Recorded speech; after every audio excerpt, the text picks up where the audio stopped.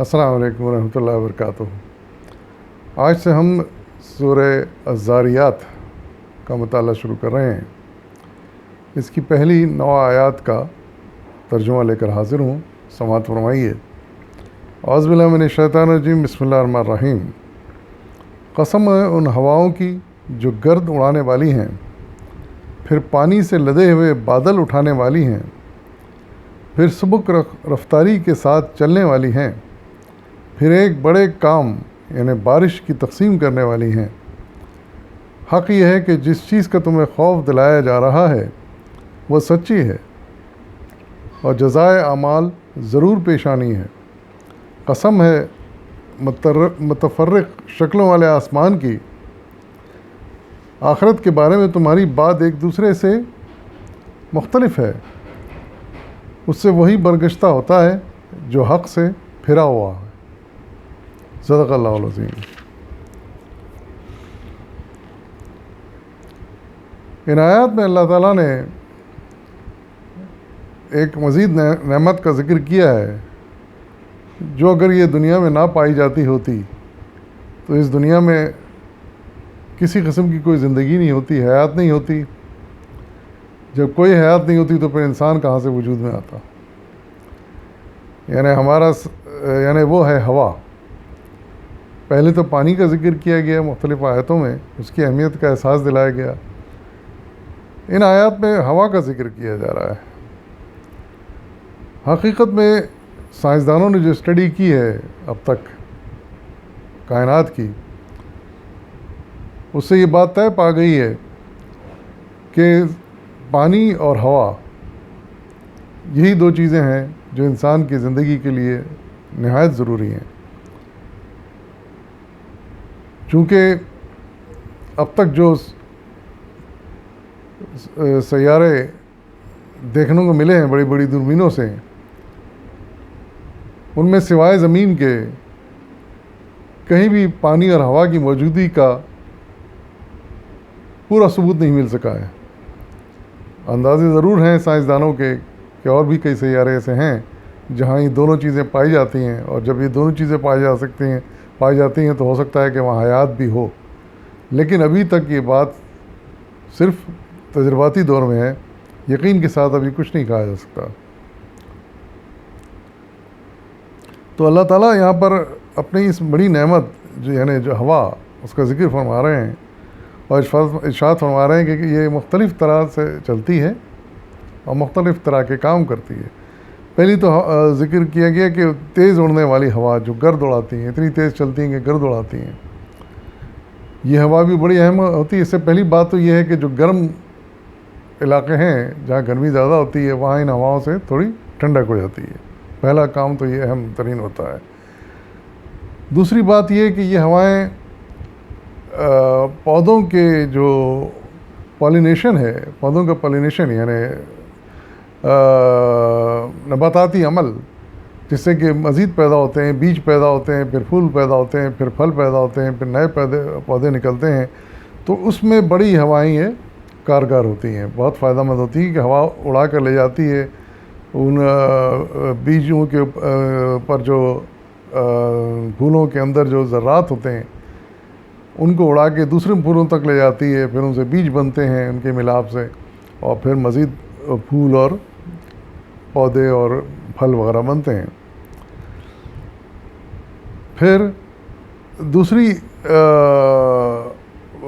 دوسرا فائدہ ان ہواؤں کا یہ ہوتا ہے کہ یہ ہوائیں سمندر سے پانی کے بخارات اٹھاتی ہیں، اپنے ساتھ پانی کے بخارات کو اوپر اٹھاتی ہیں، اور پھر وہی پانی کے بخارات آگے دوسرے علاقوں میں جا کے ہوا کے ذریعے سے بارش بن کر برستے ہیں۔ یہ اللہ تعالیٰ کا بنایا ہوا نظام ہے، اور اللہ تعالیٰ جہاں چاہتا ہے ان پانی کے بخارات کو ہواؤں کے ذریعے لے آتا ہے، جس علاقے میں چاہتا ہے لے جاتا ہے، اور جہاں چاہتا ہے پھر ان سے وہ بارش برسا دیتا ہے، جو انسان کے لیے نہایت ضروری ہے۔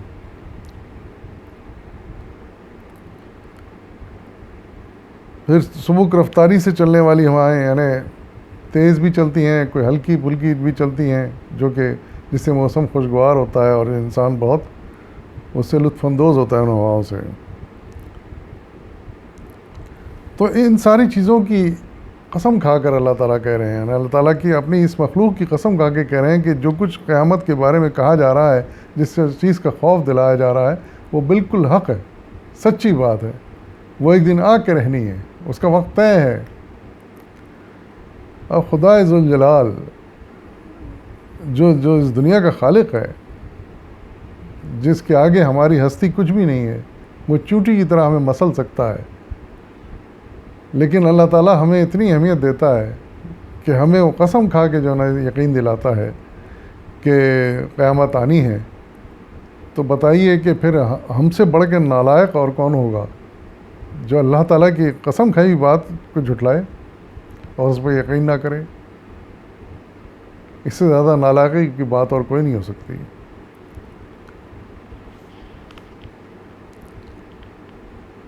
پھر آگے اللہ تعالیٰ نے مختلف رنگ کے آسمان کی قسم کھائی ہے.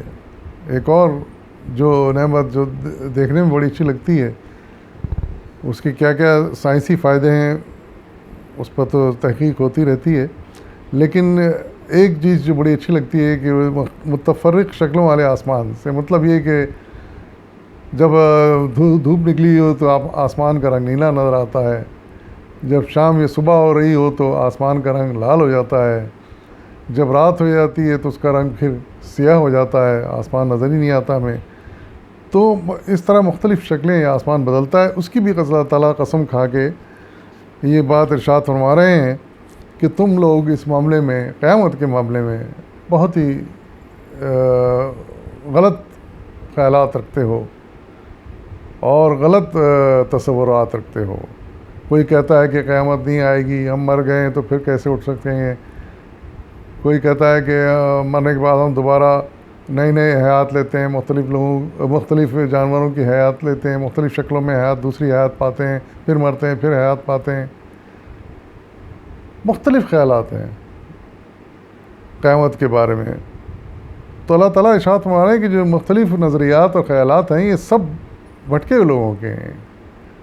صحیح بات، حق بات، سچی بات وہی ہے جو یہ قرآن بیان کر رہا ہے. اللہ تعالیٰ ارشاد فرما رہے ہیں کہ جو ہم بیان کر رہے ہیں، ظاہر ہے کہ جو خالق جو بیان کر رہے ہیں وہی بات حق ہوگی، سچ ہوگی. باقی سب قیاس ہوں گے، تصور ہوں گے، حقیقت سے ان کا کوئی تعلق نہیں ہوگا، چاہے وہ کتنے بڑے آدمی نے بیان کی ہوں. سچی بات وہی ہے جو اللہ تعالیٰ نے بیان کی ہے، جو اس دنیا کا، کائنات کا خالق ہے.